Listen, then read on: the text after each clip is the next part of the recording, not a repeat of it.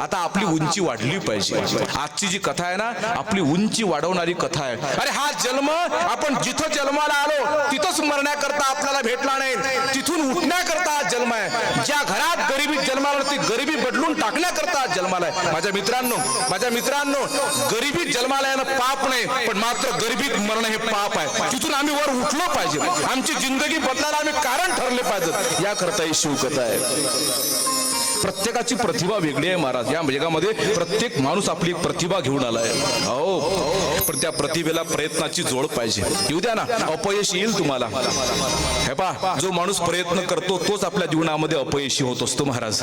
ज्यानं काही प्रयत्न नाही केलं तो काय अपयशी, नापास कोण होईल? ज्यानं परीक्षा दिली आहे तो नापास होत असतो।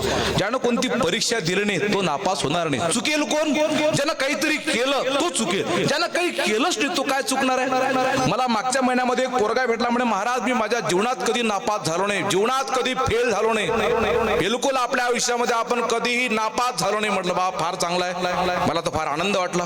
अरे तू अशी युक्ती केली कोणती मला सांग। मी गावागावात जातो, माझ्या या तरुणांना मी ती युक्ती सांगेल, कारण या गावातला प्रत्येक तरुणा नापासने झाला पाहिजे, प्रत्येक कामामध्ये सफल झाला पाहिजे। मी गावागावात सांगेल, सांग तू काय युक्ती केली। तो पोरगा म्हणायला लागला, महाराज मी माझ्या आयुष्यामध्ये कोणती परीक्षा दिली नाही।